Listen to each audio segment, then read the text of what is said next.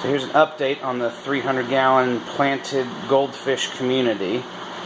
Right now there's only one goldfish in here. I moved the rest out so that the jungle val could get going and they didn't just mow it down. And obviously that worked. It is now taking over the tank.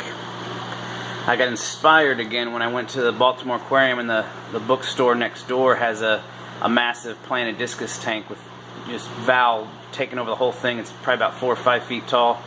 It's an awesome tank, but I wanted to get that effect again, which I've done in the past, and it did it.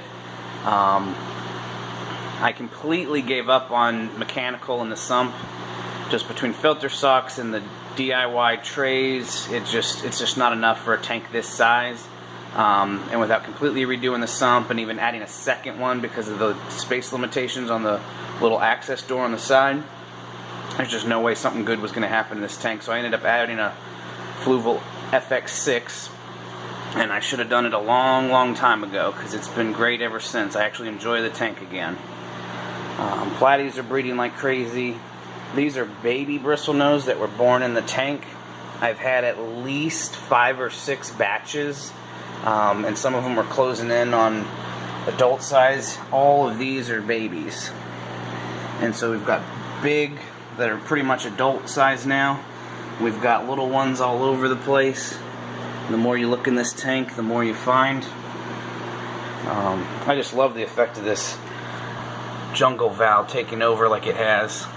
The fish are happy. I completely lost the school of checkerboard barbs. They were in the tank, I just couldn't find them. A whole giant school of them where they're just buried, hidden in the plants. Happy as can be.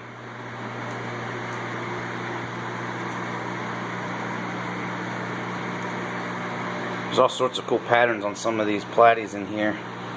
The rosy barbs are definitely frisky. It's not uncommon to see them chasing and having spawning behavior. Keeping my fingers crossed that get some babies, but they don't protect their eggs, and so I'm not holding my breath for it. But the other plants have settled in well too. All sorts of stuff. The crypts, the vals. I pulled all the cabomba and wisteria out because it was just too much. It was taking over. The goldfish would nip at it and pull pieces off, and then that would clog the overflow, and it's just a pain. You can see the glowfish tetra there. But I mean, it's just a jungle. It's underwater heaven for these guys. More bristlenose placos. The Fluval FX6. And here's where the bristlenose breed. You probably see the male's fins. Not today. Usually you can see them right in that cave there. That's where all the batches have been so far. There goes Jumbo. Yeah, it's nice having the FX6 out and accessible, not under the cabinet. It just makes it that much easier to grab and maintain. It just plants everywhere. It's time to let the other goldfish back in, but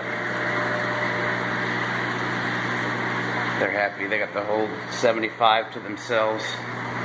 Well, there's a bichir in there and a couple catfish, but they're happy. I also pulled the sump off of this one too, for the same reason. Just the mechanical couldn't do it, so I got an FX4 for this one. And again, I should have done it a long time ago. I was always a fan of canisters and wanted to see if I could get the sumps to be even better, and they can do it, but even at their best, you're swapping out filter socks every couple of days, 2 or 3 days, and you do that twice a week, every week. It's not that much more work to just do it all at once with a canister at the end of the month. And the canister does a much better job of the mechanicals. As soon as those filter socks are clogged up, they're overflowing, and it's just a pain. It's not worth the hassle, and you got to build it. Canister is quick, easy. Anybody can set it up and get it going, and it's a guaranteed win. So yeah, these guys will be going back into the 300 soon, but just want to get you guys an update.